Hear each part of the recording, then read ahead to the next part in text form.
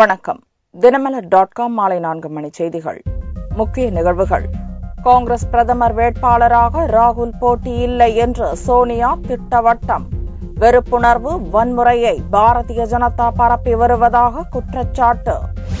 லோக்சபாவில் 272 இடங்களுக்கு இலக்கு. பாரதிய ஜனதா கட்சியின் தேசிய செயற்குழு கூட்டத்தில் வியூகம். கெயில் எரிவாயு குழாய் பதிக்க அனுமதித்து சென்னை உயர்நீதிமன்றம் பிறப்பித்த உத்தரவு சுப்ரீம் கோர்ட் விதித்தது இடைக்கால தடை. விரிவான செய்திகள்.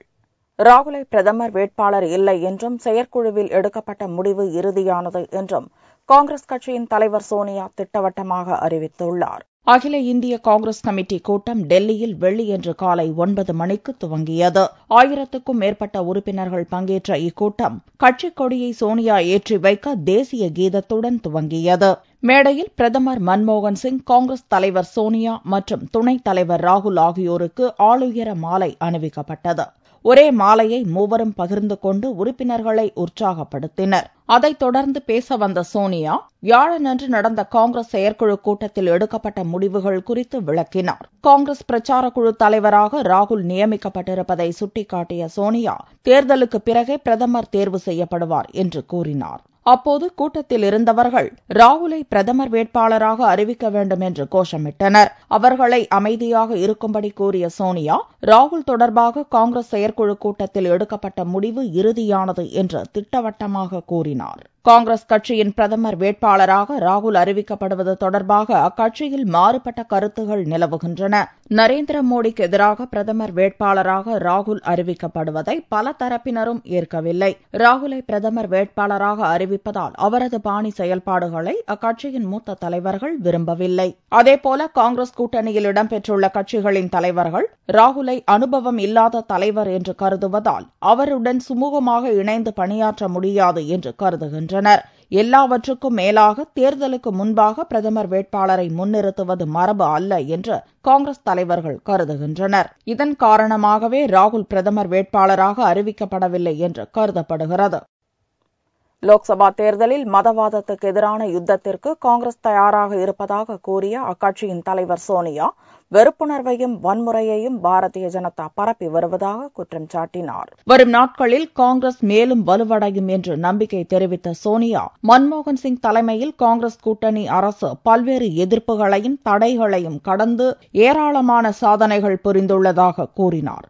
இவ்வாண்டு நடக்கும் தேர்தல் மதவாதத்துக்கு எதிரான யுத்தம் என்று வர்ணித்த சோனியா, மத சார்பின்மை என்பது கட்சியின் கொள்கை மட்டுமல்ல, நம்பிக்கையும் கூட என்றார்.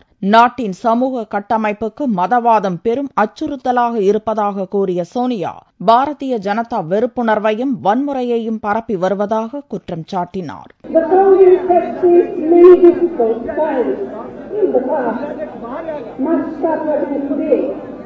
But we have never lost heart. We have repeatedly demonstrated our resilience by remaining. ஊழலை முற்றிலும் ஒழிப்பதற்காக காங்கிரஸ் முயற்சித்து வருவதாக கூறிய சோனியா, இதற்காக தகவல் அறியும் உரிமை சட்டத்தையும் காங்கிரஸ் ஆளும் மாநிலங்கள் அனைத்திலும் லோக் ஆயுக்தா சட்டம் நிறைவேற்றப்பட்டதும் சரித்திர முக்கியத்துவம் வாய்ந்தவை என்று குறிப்பிட்டார். ஊழல் ஒழிப்புக்கான சட்டங்களை வரும் கூட்டத்தொடரில் நிறைவேற்ற அனைத்து கட்சிகளும் ஒத்துழைக்க வேண்டும் என்றும் சோனியா கேட்டுக் கொண்டார். சோனியாவை தொடர்ந்து பேசிய பிரதமர் மன்மோகன் சிங், கட்சி தொண்டர்கள் மத்தியில் ராகுல் நம்பிக்கை ஏற்படுத்தியுள்ளதாகவும் அவரது தலைமையின் கீழ் வரும் லோக்சபா தேர்தலில் காங்கிரஸ் வெற்றி பெறும் என்றும் நம்பிக்கை தெரிவித்தார். ஊழலுக்கு எதிராக போதிய கவனம் செலுத்தப்படவில்லை என்ற குற்றச்சாட்டை மறுத்த மன்மோகன் சிங், உண்மையில் இதற்கு முந்தைய எந்த ஒரு அரசையும் விட தற்போதைய அரசு ஊழலுக்கு எதிரான போராட்டத்தை வெளிப்படையாக கொண்டு வந்திருப்பதாக தெரிவித்தார். 2G ஸ்பெக்ட்ரம் ஒதுக்கீடு குறித்து பேசிய பிரதமர், இது தொடர்பான குற்றச்சாட்டுகள் குறித்த விசாரணை நடந்து வருவதாகவும் தற்போது ஸ்பெக்ட்ரம் மட்டுமின்றி நிலக்கரி சுரங்க ஒதுக்கீடுகளின் நடைமுறைகளும் மாற்றியமைக்கப்பட்டிருப்பதாக கூறினார். நாள் முழுவதும் நடக்கும் கூட்டத்தின் இறுதியில் ராகுல் மற்றும் சோனியா ஆகியோர் நிறைவுரை நிகழ்த்த உள்ளனர். பாரதிய ஜனதா கட்சியின் 3 நாள் தேசிய செயற்குழு கூட்டம் டெல்லியில் வெள்ளியன்று துவங்கியது. பிரதமர் வேட்பாளராக மோடியை முன்னிறுத்தி 272 இடங்களுக்கு அதிகமாக வெற்றி பெறுவதற்கான வியூகங்கள் இதில் வகுக்கப்படுகின்றன. லோக்சபா தேர்தலுக்கு ஏற்கனவே முழு வீச்சில் ஆயத்தமாகியுள்ள பாரதிய ஜனதா தேர்தல் வியூகங்களை முழுமையாக வடிவமைத்து களமிறங்கும் வகையில் தேசிய செயற்குழு கூட்டத்தை டெல்லியில் கூட்டியுள்ளது. வெள்ளியன்று துவங்கி 3 நாட்கள் நடக்கும் இந்த கூட்டத்தில் குறைந்தது 272 இடங்களில் வெற்றி பெறுவதற்கான வியூகங்கள் ஒருங்கிணைக்கப்படுகின்றன. தேர்தலுக்கு முன் நடக்கும் பாரதிய ஜனதா தேசிய செயற்குழுவின் கடைசி கூட்டமாக இது இருக்கும். இந்த கூட்டத்தில் கட்சியின் பிரதமர் வேட்பாளர் நரேந்திர மோடி, கட்சித் தலைவர் ராஜ்நாத் சிங், மூத்த தலைவர்கள் அத்வானி, சுஷ்மா ஸ்வராஜ், அருண்ஜேட்லி, முரளி மனோகர் ஜோஷி, வெங்கையா நாயுடு, நிதின் கட்காரி, சிவராஜ் சிங் சௌகான், வசுந்தரா ராஜே சிந்தியா, ராமன் சிங், மனோகர் பாரிக்கர் உள்ளிட்ட தலைவர்கள் பங்கேற்றனர். தற்போது லோக்சபாவில் பாரதிய ஜனதாவுக்கு 117 உறுப்பினர்கள் உள்ளனர் என்பது குறிப்பிடத்தக்கது. தமிழகத்தின் 7 மாவட்டங்கள் வழியாக கெயில் எரிவாயு குழாய் பதிக்க அனுமதி தந்துள்ள சென்னை ஹைகோர்ட் உத்தரவுக்கு சுப்ரீம் கோர்ட் இடைக்கால தடை விதித்துள்ளது. தமிழகத்தின் கோவை, சேலம், கிருஷ்ணகிரி, தருமபுரி, ஈரோடு, நாமக்கல், திருப்பூர் ஆகிய 7 மாவட்டங்களின் வழியாக இயற்கை எரிவாயு குழாய் பதிக்கும் பணியை கெயில் நிறுவனம் துவங்கியது. இதனால் விவசாய விளைநிலங்கள் பாதிக்கப்படும் என்று போர்க்கொடி தூக்கிய 7 மாவட்ட விவசாயிகள், சமூக ஆர்வலர்கள் கடும் எதிர்ப்பு தெரிவித்தனர். ஆர்ஜிதம் செய்துள்ள விவசாய நிலங்களை விவசாயிகளிடம் ஒப்படைக்க வேண்டும், நெடுஞ்சாலை வழியாக கொண்டு செல்ல திட்டம் அமைக்க வேண்டும் என்று கடந்த ஏப்ரல் மாதம் கெயில் நிறுவனத்திடம் தமிழக அரசு கேட்டுக் கொண்டது. இதை எதிர்த்து சென்னை உயர்நீதிமன்றத்தில் கெயில் நிறுவனம் வழக்கு தொடரவே ஏற்கனவே அமைத்த திட்டப்படி எரிவாயு குழாயை கொண்டு செல்ல சென்னை உயர்நீதிமன்றம் உத்தரவிட்டது. இந்த உத்தரவை ரத்து செய்ய கோரி தமிழக அரசு சார்பில் உச்சநீதிமன்றத்தில் மேல்முறையீட்டு மனு தாக்கல் செய்யப்பட்டது. இவ்வழக்கு வெள்ளிக்கிழமையன்று உச்சநீதிமன்றத்தில் விசாரணைக்கு வந்தது. கெயில் நிறுவனம் விவசாய நிலங்களில் எரிவாயு குழாய் பதித்துக் கொள்ளலாம் என்ற சென்னை உயர்நீதிமன்றத்தின் உத்தரவுக்கு இடைக்கால தடை விதித்த உச்சநீதிமன்றம் இது தொடர்பாக 4 வாரத்திற்குள் கெயில் நிறுவனம் மத்திய அரசுக்கு பதிலளிக்க நோட்டீஸ் அனுப்பியது. இந்தியா முழுவதும் குழாய் வழியாக இயற்கை எரிவாயுவை கொண்டு செல்லும் பணியை மத்திய அரசின் கெயில் நிறுவனம் மேற்கொண்டு வருகிறது என்பது குறிப்பிடத்தக்கது. விழுப்புரம் அருகே இரு பிரிவினருக்கிடையே நடந்த மோதலில் ஒருவர் அடித்து கொலை செய்யப்பட்டார். தீ வைப்பு சம்பவத்தால் போலீசார் அணிவகுத்துள்ளனர். விழுப்புரம் மாவட்டம் உளுந்தூர்பேட்டை அருகே உள்ள திருவெண்ணை நல்லூர் குப்பம் பகுதியைச் சேர்ந்த ஏழுமலை, ஐயப்பன், ராஜா, சொக்கார் ஆகியோர் இருசக்கர வாகனத்தில் சென்றபோது வழியில் நின்ற காரை நகர்த்தும்படி கூறியுள்ளனர். அப்போது ஏற்பட்ட வாய் தகராறு மோதலாக மாறியது. இதில் ஏமப்பூர் கிராமத்தைச் சேர்ந்தவர்கள் தடியால் தாக்கியதில் ஏழுமலை சம்பவ இடத்திலேயே உயிரிழந்தார். ராஜா படுகாயமடைந்தார். கொலை சம்பவத்தை அறிந்த குப்பத்து மக்கள் 2 டீக்கடை மற்றும் ஒரு வீட்டை தீயிட்டு கொளுத்தினர். திருவெண்ணநல்லூர்ல இருந்து பஸ் ஸ்டாண்ட்ல இருந்து வெளியில வந்தாங்க. வெளியில வரும்போது கல்லுக்கடை முக்கூட்டுல வந்து அவங்க நின்னுட்டு இருந்தாங்க. நின்னுட்டு இருக்கும்போது பஸ் ஒண்ணு வர எதிர்க்கு வந்து பஸ் ஒண்ணு வருது. தம்பி பஸ் வருதா, கொஞ்சம் தள்ளி நில்ல என்னன்னு கேட்டதுக்கு நாங்க அப்படிதான்டா நிப்போம்னு சொன்னாங்க. ஏன் தம்பி அந்த மாதிரி பேசுறேன்னு சொன்னதுக்கு என்ன நெட்டி பூச்சி தள்ளிட்டாங்க. நான் பைக்ல இருந்து கீழே வந்துட்டுங்க. அடிச்ச உடனே எல்லாம் பசங்க எல்லாம் கும்பலா ஓடி வந்த உடனே நாங்க எல்லாம் பயத்துல, நாங்க 2 பேரும் இருந்தாங்க. பயத்துல நாங்க கிளம்பி வெளியில ஓடியாரும் போது ஒரு 10-15 பசங்க எதிர்க்க ஓடி வந்த உடனே எங்களால அவங்கள்ட்ட அடிச்சிருவாங்களோ போயிடுவாங்கன்னு சொல்லிட்டு எங்களையும் அடிச்சிட்டாங்க. அடிச்சதுனால நாங்க வெளியில தப்பு ஓடியாரும் போது அவரு வந்து சம்பந்தம் இல்லாம எங்க ஆளு அவரு வந்தவரை வந்து அவரு செமாடி அடிச்சு அவரு செத்துட்டாருங்க.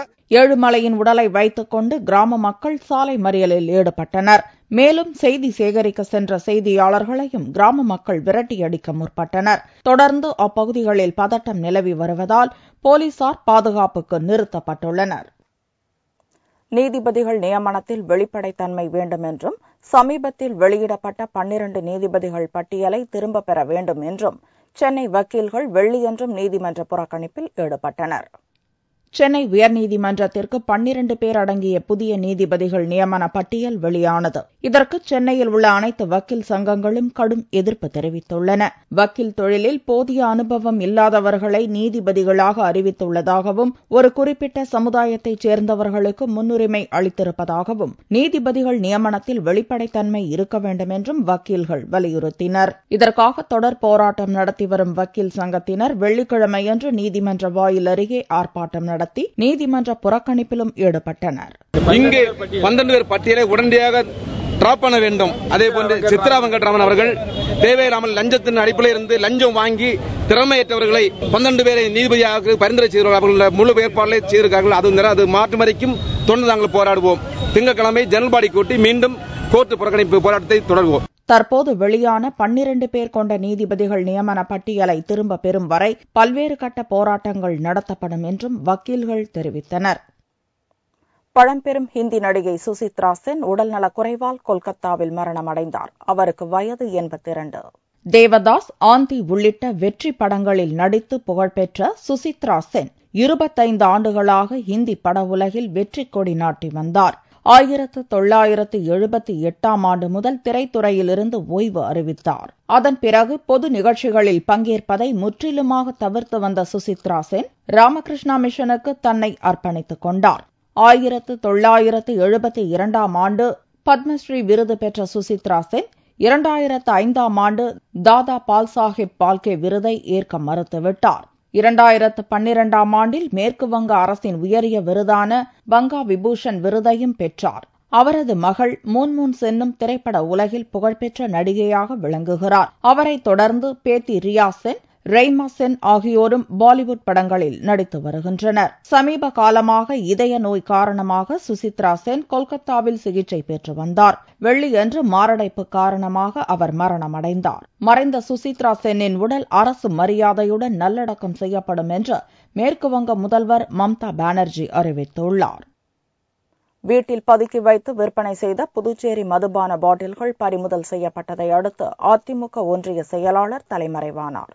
திருநெல்வேலி மானூர் தெற்கு ஒன்றிய அதிமுக செயலாளர் பழவூர் வேலாயுதம் சுத்தமல்லியை அடுத்துள்ள இவரது பழவூர் வீட்டில் புதுச்சேரியிலிருந்து மதுபான பாட்டில்களை வாங்கி வந்து பொங்கல், மிலாடி நபி என அடுத்தடுத்து 4 நாட்களுக்கு டாஸ்மாக் மதுபான கடைகளுக்கு அரசு விடுமுறை விட்டதை பயன்படுத்தி மதுபான பாட்டில்களை விற்பனை செய்துள்ளார். இதனால் எரிச்சலடைந்த பொதுமக்கள் போலீசுக்கு தகவல் தெரிவித்தனர். மதுவிலக்கு கூடுதல் எஸ்பி ராஜகோபால் தலைமையில் போலீசார் அங்கு திடீர் சோதனை நடத்தினர். போலீஸ் வருவது தெரிந்ததும் பழவூர் வேலாயுதமும் அவரது குடும்பத்தினரும் ஓட்டம் பிடித்தனர்.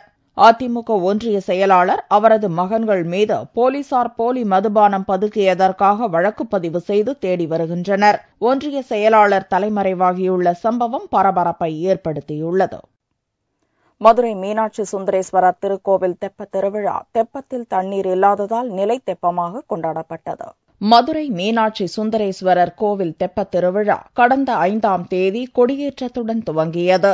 நாள்தோறும் அம்மனும் சுவாமியும் பல்வேறு வாகனத்தில் எழுந்தருளி வீதி உலா வந்து பக்தர்களுக்கு காட்சி தந்தனர். தொடர்ந்து விழாவின் முக்கிய நாளான தை பௌர்ணமியை முன்னிட்டு 16ஆம் தேதி அலங்கரிக்கப்பட்ட நிலை தெப்பத்தில் சுந்தரேஸ்வரர் பிரியாவிடையுடன் மீனாட்சி அம்மனும் எழுந்தருளி காட்சி கொடுத்தனர். வண்டியூர் மாரியம்மன் கோவில் அருகில் அமைந்துள்ள தெப்பத்தில் 1 மாதத்திற்கு முன்னதாக வைகை ஆற்றிலிருந்து பிரதான வாய்க்கால் மூலம் தண்ணீர் கொண்டு வரப்பட்டு தெப்பத்தில் தண்ணீர் விடப்படும்.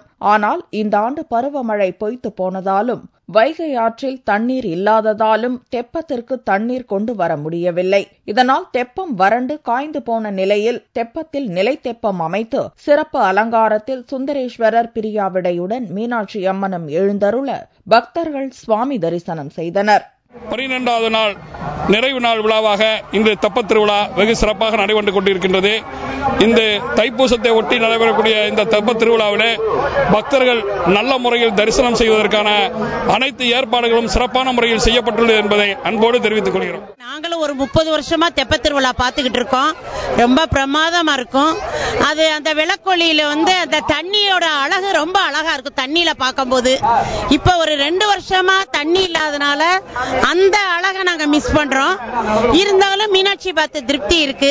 இருந்தாலும் அடுத்த மழை பெஞ்சு நிலத்தடி நீர்மட்டம் ஏறி நல்ல தண்ணியோட அந்த அழகு விளக்கொலியில அந்த மீனாட்சியை பார்க்கணும்னு நாங்கெல்லாம் ஆர்வமா இருக்கோம். அந்த அழகை நாங்க எங்க பிள்ளையெல்லாம் பார்க்கணும் நாங்க ஆசைப்படுறோம். தெப்பத்தை சுற்றிலும் தீபம் ஏற்றி பக்தர்கள் வழிபாடு செய்தனர்.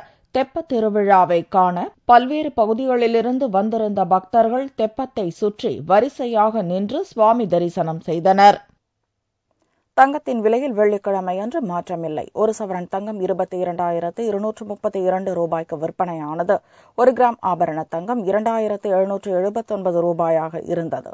வெள்ளி 1 கிராமுக்கு 10 காசுகள் குறைந்து 47 ரூபாய் 60 காசுகளுக்கு விற்பனையானது. பார் வெள்ளியின் விலை 44,435 ரூபாயாக இருந்தது. முருகன் கோவில்களில் தைப்பூச திருவிழாவை முன்னிட்டு லட்சக்கணக்கான பக்தர்கள் நேர்த்திக் கடனை செலுத்தி பக்தியுடன் சுவாமி தரிசனம் செய்தனர். இந்த ஆண்டு தைப்பூச திருவிழா வியாழன் மதியம் முதல் வெள்ளி மதியம் வரை பஞ்சாங்க குறிப்பின்படி வருவதால் முருகன் கோவில்களில் அபிஷேக அலங்காரத்துடன் சிறப்பு பூஜைகள் நடந்தன.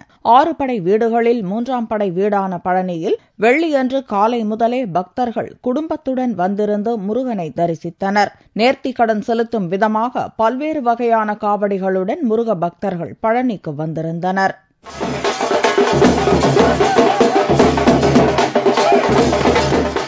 சென்னை பாரிமுனையில் உள்ள கந்தக்கோட்டம் முருகன் கோவிலில் ஆயிரக்கணக்கான பக்தர்கள் முருகனை தரிசித்துச் சென்றனர். இந்த தைப்பூச திருநாள் அன்னைக்கு முருகப்பெருமானை யார் வந்து தரிசனம் பண்றாங்களோ அவங்களுக்கெல்லாம் ரொம்ப அருமையா நல்ல அவங்க பாவமெல்லாம் எல்லாமே தீர்ந்து நல்லவர்கள் கொடுக்கிற மாபெரும் நல்ல நாள் இந்த தைப்பூச திருநாள். தைப்பூசத்தை ஒட்டி அனைத்து முருகன் கோவில்களிலும் பாதுகாப்பு பணிகளுக்காக ஏராளமான போலீசார் நிறுத்தப்பட்டனர். பக்தர்களின் வசதிக்காக அன்னதானம், தண்ணீர் பந்தல், மருத்துவ முகாம், தற்காலிக கழிப்பறை உள்ளிட்ட பல்வேறு வசதிகள் செய்யப்பட்டிருந்தன. மீண்டும் செய்திகள் இந்திய நேரப்படி இரவு 8 மணிக்கு. வணக்கம்.